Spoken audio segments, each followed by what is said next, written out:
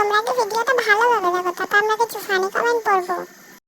তোমরা আমাকে অনেকেই বলেছো বাড়িতে উল্টোপাল্টা রান্না করে দিই, তার জন্যই সুমির শরীরটা খারাপ হয়েছে। কিন্তু তেমনটা কিছু না। ডাক্তার ওকে বলেছে বাইরের জলখাবার থেকে শরীরটা খারাপ করেছে, আর বেশ কিছুদিন ধরে বাইরের খাবার বাইরে যাওয়াটা পুরো বারণ করেছে। আর ডায়েটিশিয়ান ওকে বলেছে এখন তেল মশলা একদমই খাওয়া যাবে না। সুমি এখন কি কি খেতে পারবে সেটা একটা পুরো রুটিন লিখে দিয়েছে। যে খাবারটা ওকে এখন খেতে বলেছে সেই খাবারটাই এখন ওকে বানিয়ে দিচ্ছি। ডায়েটিশিয়ান ওকে এটাও বলেছে বাড়িতে তুমি কি কি খাবার খাচ্ছ সেটা তোমার ভিডিওতে আমি লিখে নেব। সে যাই হোক, সব কাজ ফেলে রেখে আমি ঘুম থেকে উঠে স্নান সেরে পুজোটা দিয়ে নিই, কারণ সারা দিন আমার সুমির কাছেই থাকতে হয়। অন্য কাজ বাদ দিয়ে ওকে টাইম মতো খাবার দিতেই হবে। এখন ও কোনো মশলাই খেতে পারবে না, তাই অল্প তেল দিয়ে ওর জন্য রান্না করলাম। এখন ওকে 3 বারই গরম খাবার খেতে হবে। নার্সিংহোমে শরীরটা ওর অনেকই খারাপ ছিল, তাই ডাক্তারবাবু ছুটিয়ে দিতে চাচ্ছিল না। অনেক বলে কয়ে দুদিনে ছুটি নিয়ে বাড়িতে আনলাম, কারণ নার্সিংহোমের খাবারে ও মেডিসিনের গন্ধ পেত। একদম সুমি ওখানে খেতেই পারতো না। সুমি অসুস্থ থাকাতে বাড়িতে অনেক কাজ বেড়ে গেছে, আমাকে একাই সব দিকে সামলাতে হয়। নার্সিংহোমে যখন ডাক্তারকে বলে আমি সুমি ছুটিটা চাইছিলাম, তখন আমাকে ডাক্তারবাবু বলেছেন 5 দিনের মধ্যে ওকে চেকআপ করাতেই হবে। চেকআপ আমি এখানে করাতে আসবো, কিন্তু এখন আমি 2 দিনের ছুটি চাই। বাড়িতে এত কাজের মাঝে পুরো ওষুধের দায়িত্বটা আমার ছেলেকেই দিয়ে দিয়েছি। 3 টাইমে ও ঠিকমতো ওষুধ দিয়ে দেয়। খাবার तो चलिए शुरू कर। প্রথমবার শুনলাম গ্যাস হলে আবার নাকি আলাদা বাসনে খেতে দিতে হবে। সব নতুন নতুন নিয়ম হচ্ছে। ये सब क्या देखना पड़ रहा है?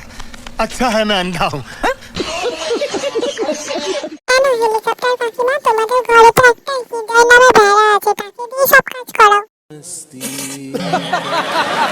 হেলিকপ্টার কাকিমা, দয়া করে নখগুলোকে পরিষ্কার করুন। বাবা গো, ডাক্তারের এত সময় যে ভিডিওতে সবকিছু দেখে নেবে, ভাবনার বিষয়।